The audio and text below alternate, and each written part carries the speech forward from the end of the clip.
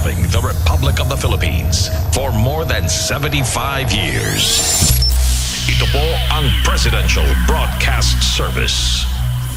Pakinggan, panoorin, agaran in real time, o balikan sa pag-scroll up and down. Mga balitang dapat malaman, impormasyong tunay at napakikinabangan. Saan ka man, sa buong kapuluan. Babangon sa bagong sigla. Kababayan, kasama ang social media. Powered broadcaster ng bagong mamamayan. Tapat sa pag-uulat. Ito po ang Presidential Broadcast Service. Radyo Pilipinas. Oras sa buong Pilipinas, 1 minuto bago mag-alas 12 ng tanghali. Mula sa pinakamalawak na newsroom sa buong Pilipinas, ito ang Radyo Pilipinas News Update. Magandang tanghali Pilipinas, magandang tanghali Bicolandia. Narito na ang mga balitang nakalap sa oras na ito. Para sa unang balita, pumangatlo ang Barangay Tigbi ng TV Albay sa FY 2025 Search for Best Gulayan sa Barangay Implementer bilang pagkilala sa mahusay nitong pagpapatupad ng programang Gulayan sa Barangay na nagtataguyod ng seguridad sa pagkain, pangangalaga sa kalikasan at aktibong partisipasyon ng komunidad. Iginawad ang parangal nitong 19 ng Disyembre sa ginanap na 4th High Value Crops Achievers Award sa Department of Agriculture Regional Field Office 5 San Agustin, Pili, Camarines Sur. Ayon sa Municipality of Tiwi, tinanggap ang parangal ni na Mayor Jojo Climaco, Punong Barangay Adonis Templado, Municipal Agriculturist Jose Claudio at mga kasapi ng sangguniang barangay ng Tigbi. Ipinapatupad ang programa alinsunod sa mga itinakdang patakaran at pamantayan ng pamahalaan upang matiyak ang maayos, episyente at makabuluhang pagpapatupad nito para sa mga kapakipakinabang ng komunidad. Para sa sunod na balita, iba't ibang uniform personnel sa Bicol nagpasiklab ng kanilang talento sa Ang Circong Pogi 2025. Pakinggan natin ang ulat ni Diana Mendez.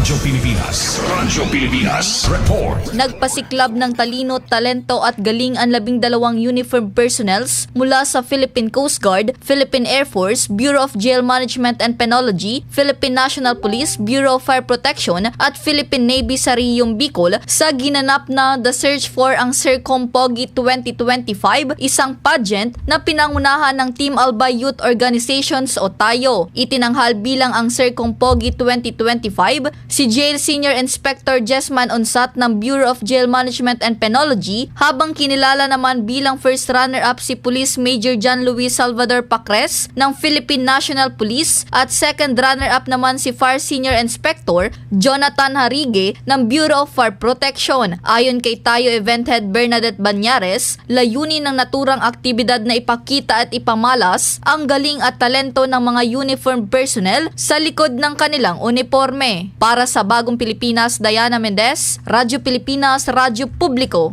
Albay. Radyo Pilipinas Report.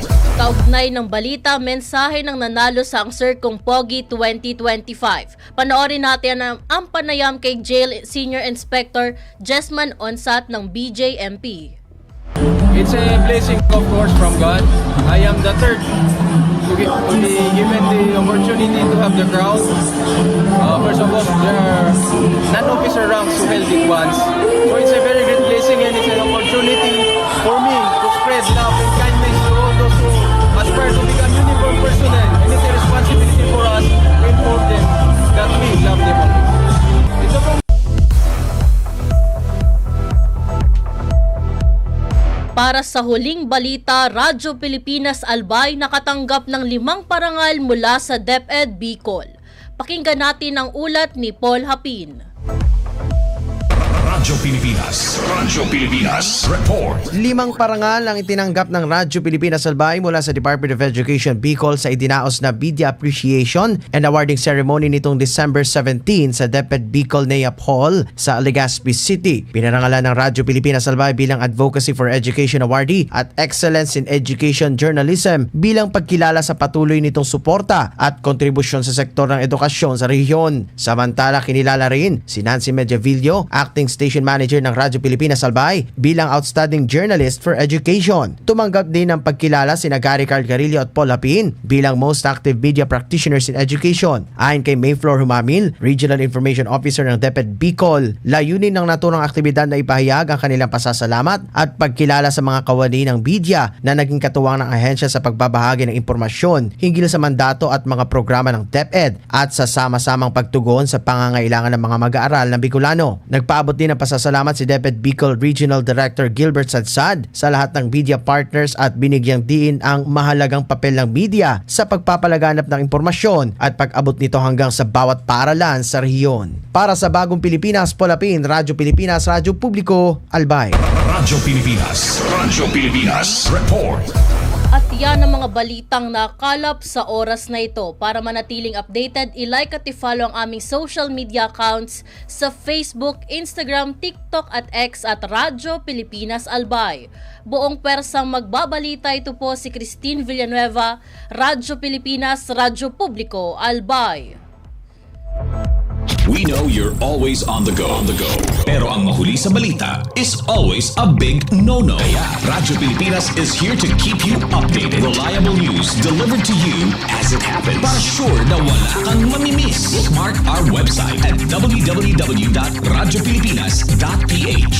Follow us on Twitter at Radyo Pilipinas 1 and like us on Facebook at www.facebook.com/Radyo Pilipinas 1. Together, let's dismiss disinformation. Radyo Pilipinas.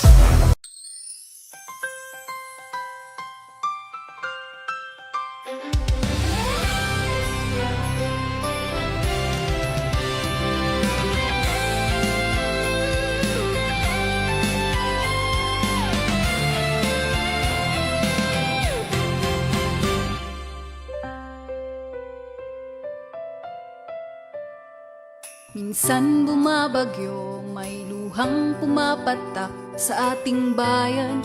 Sa bawat sulok may bakas, ngunit sa dilim may ilaw na magliliwanag. Ang boses sa himpapawid, nagpapaabot ng yakap. Taon mang Pasko, sa bilog na probinsya, alisa sa hingong istasyon, Radyo Pilipinas Albay. Abot kamay na Pasko, narito na ating salubungin. Sa himpapawid, kami kasama ninyo. Patuloy ang serbisyo publiko.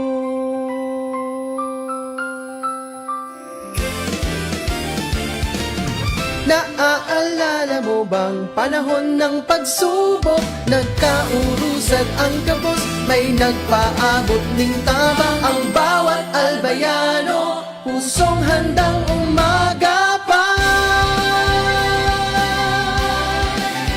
Ngayong Pasko, sa gitna ng lamig, init ng pagkakaisa, ibahanta.